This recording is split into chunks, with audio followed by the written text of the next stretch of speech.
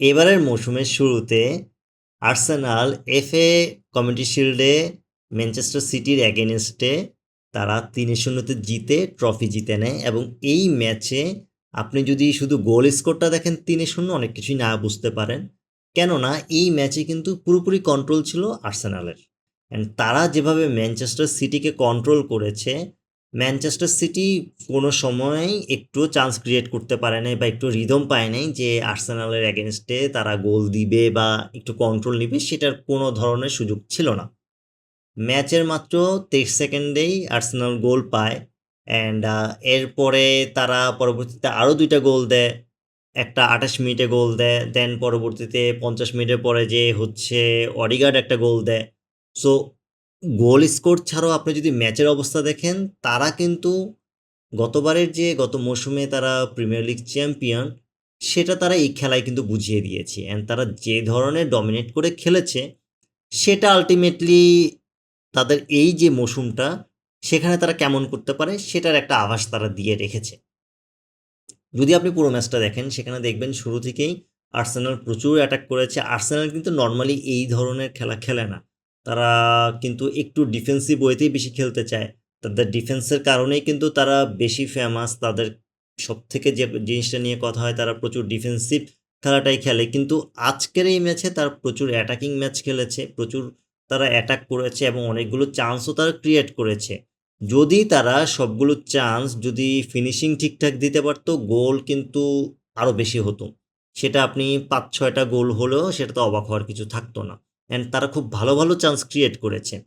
And ওখান থেকে আপনার যে বিষয়টা সবচেয়ে নজরে এসেছে, তারা যে প্রসেসটা মেনটেন করতেছে, তারা গতবার থেকে এইবার যে জিনিসটাতে বেশি ফোকাস করতেছে, তারা এতদিন হচ্ছে একটা গোল দিত বা 2টা গোল দিয়ে তারা হচ্ছে ডিফেন্সিভ খেলাটাই বেশি খেলতো, কিন্তু এই ম্যাচে তারা ডিফেন্সিভ থেকেও যে জিনিসটা করছে, তারা প্রতিনিয়ত অ্যাটাক করে গেছে। ডিফেন্সটা ঠিক রেখে কন্টিনিউয়াসলি তারা অ্যাটাক করছে অ্যান্ড ওই কন্টিনিউয়াসলি অ্যাটাক করার কারণে কিন্তু তাদের এই গোলগুলো আসছে। এই গোলগুলো আসার বাইরেও কিন্তু তাদের প্রচুর চান্স ক্রিয়েট হয়েছে।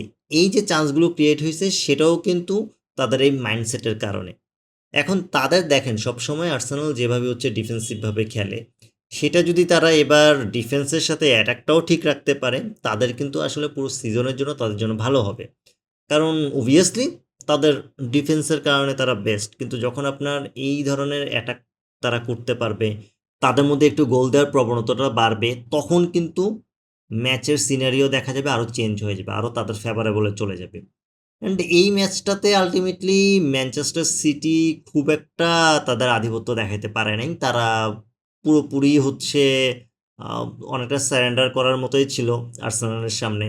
অ্যান্ড তারা হয়তোবা, যেহেতু এটা সিজনের শুরুতে ম্যাচ অ্যান্ড এই কমিউনিটি শিল্ডের ফাইনালের আপনার জয়টা অন্য কোনো কিছুর সাথে যেহেতু কাউন্ট হয় না, সেই কারণে হয়তোবা তাদের জন্য এটা এতটা গুরুত্বপূর্ণ না। কিন্তু দিন শেষে তারা কিন্তু এই সিজনে কেমন করে সেটার দিকে একটা নজর রাখতে হবে, কেননা তারা যদি এই ধরনের পারফরমেন্স কন্টিনিউ করে, তখন তাদের আলটিমেটলি সিজনে কিন্তু খুব একটা ভালো করার চান্স থাকবে না।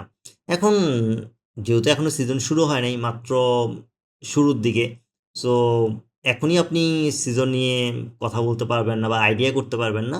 বাট আর্সেনাল যে ধরনের খেলা খেলছে, তারা যদি সেটা কন্টিনিউ করতে পারে, তাহলে তাদের জন্য একটা বিগ চান্স আছে এবারও তারা তাদের যে টাইটেল সেটা তারা আবার রিগেইন করার। অ্যান্ড সেটা সময় বলে দিবে তারা আসলে কতটুকু রিগেইন করতে পারবে। বাট আজকের ম্যাচের উপরে যদি আমি তাদেরকে মার্ক করি, তারা যথেষ্ট ভালো ছিল। অ্যান্ড প্রত্যেকটা জায়গায় তাদের ডিফেন্স যেমন টপ নোট ছিল, তাদের মিডফিল্ডের কন্ট্রোলটাও তারা রাখছে। বিশেষ করে আপনি সিটি কিন্তু মাঝখানে কয়েকটা চান্স পাইছিল, সেখানে তারা যে কাজটা করছে, তারা হচ্ছে ফিনিশিংটা দিতে পারেনি। ফিনিশিংটা দিতে পারেনি বেসিক্যালি আর্সেনালের ডিফেন্সের কারণে। আবার যদি আমি ওদের অ্যাটাকটা নিয়ে কথা বলি আর্সেনালের, সেখানে যে ব্যাপারটা হচ্ছে, আর্সেনাল বেশ কিছু চান্স ক্রিয়েট করছে। গোল যেগুলো হয়েছে ওগুলোর বাইরেও কিন্তু বেশ কয়েকটা চান্স তারা ক্রিয়েট করছে, কিন্তু তার ফিনিশিংটা ভালো ছিল না। অ্যান্ড ফিনিশিংটা ভালো ছিল না বলতে, তারা যেহেতু এতগুলো গোল পেয়ে গেছে, তারা হয়তো বা ওই লেভেলের আর ডেডিকেশনটা ছিল না, লাইক হচ্ছে ফিনিশিংটা ঠিকঠাক করার। বা অনেক সময় দেখা গেছে ইন্ডিভিজুয়াল পারফরমেন্স দেখাতে যে ঠিকভাবে পাস দেয় নাই, সে কারণে গোল হয় নাই। বাট এই জিনিসগুলো কিন্তু একটা পজিটিভ সাইড হচ্ছে, তারা আসলে চান্স ক্রিয়েট করতে পারতেছে। অ্যান্ড স্বাভাবিকভাবেই হচ্ছে তাদের মিডফিল্ডের কন্ট্রোলটা তাদের দিকেই ছিল।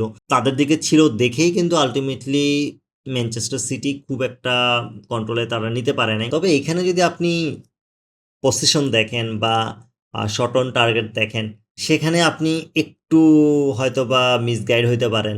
লাইক পজিশনে দেখবেন হচ্ছে ম্যানচেস্টার সিটি তারা হচ্ছে 56%, বা তাদের শট ছিল প্রায় 8টা, অন টার্গেটের শট ছিল প্রায় 5টা, তাদের পাস একুরেসি ছিল প্রায় 91।